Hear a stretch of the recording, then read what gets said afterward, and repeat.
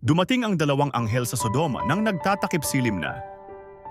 Si Lot ay nakaupo sa pintuang bayan ng Sodoma. Sila'y nakita ni Lot at tumindig upang salubungin sila, at iniyukod ang kanyang mukha sa lupa. At sinabi, "Ngayon mga Panginoon ko, hinihiling ko sa inyo na kayo'y bumalik at tumuloy sa bahay ng inyong lingkod, at magpalipas ng gabi, at maghugas ng inyong mga paa, at sa madaling araw ay magsibangon kayo at magpatuloy ng inyong paglakad." Kanilang sinabi, "Hindi, sa lansangan kami magpapalipas ng buong magdamag."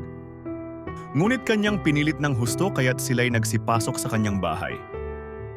Sila'y kanyang ipinaghanda, ipinagluto ng mga tinapay na walang pampaalsa at sila ay kumain. Subalit bago sila nagsihiga, ang mga lalaki ng lungsod, ang mga lalaki sa Sodoma, maging mga bata at matanda, lahat ng mga tao hanggang sa pinakahuling tao ay pumalibot sa bahay. Kanilang tinawagan si Lot at sinabi, "Saan naroon ang mga lalaking dumating sa iyo ng gabing ito? Ilabas mo sila sa amin upang makilala namin sila." Lumabas si Lot sa pintuan upang humarap sa kanila at isinara ang pinto sa likuran niya. At sinabi niya, "Mga kapatid ko, nakikiusap ako na huwag kayong gumawa ng ganyang kasamaan. Narito, may dalawa akong anak na babae na hindi pa nasipingan ng lalaki. Sila'y aking ilalabas sa inyo at gawin ninyo sa kanila ang ayon sa inyong nais. Huwag lamang ninyong gawa ng anuman ang mga lalaking ito sapagkat sila'y nasa ilalim ng aking bubungan." At sinabi nila, "Manatili ka diyan?" At sinabi pa nila, "Ang taong ito'y naparito bilang dayuhan at ibig niyang maging hukom. Ngayon gagawan ka namin ng higit na masama kaysa kanila." At kanilang ipinagtulakan ang lalaking si Lot at nagsilapit upang sirain ang pintuan. Subalit iniunat ng mga lalaki ang kanilang kamay at binatak si Lot sa loob ng bahay at kanilang sinarhan ang pintuan. At binulag nila ang mga taong nasa pintuan ng bahay, maging maliit o malaki, anupat hindi nila makita ang pintuan. At sinabi ng mga lalaki kay Lot, "Mayroon ka pa ritong kasama? Paalisin mo sa lugar na ito ang iyong mga manugang na lalaki at mga anak na lalaki at babae, o sinuman sa mga kasamahan mo sa lungsod. Sapagkat malapit na naming lipulin ang lugar na ito dahil sa napakalakas na ng sigaw laban sa bayang ito sa harap ng Panginoon, at kami ay sinugo ng Panginoon upang ito ay aming lipulin." Kaya't si Lot ay lumabas at kinausap ang kanyang mga manugang na noon ay mapapangasawa ng kanyang mga anak na babae, at sinabi, "Tumindig kayo, magsialis kayo sa lugar na ito, sapagkat gugunawin ng Panginoon ang bayan."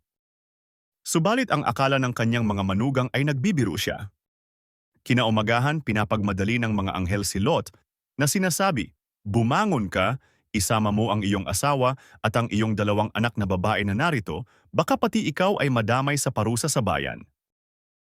Subalit siya'y nagtagal, kaya't dahil sa habag sa kanya ng Panginoon, hinawakan ng mga lalaki ang kanyang kamay at ang kamay ng kanyang asawa at ang kamay ng kanyang dalawang anak na babae, at siya'y inilabas nila at iniwan sa labas ng bayan.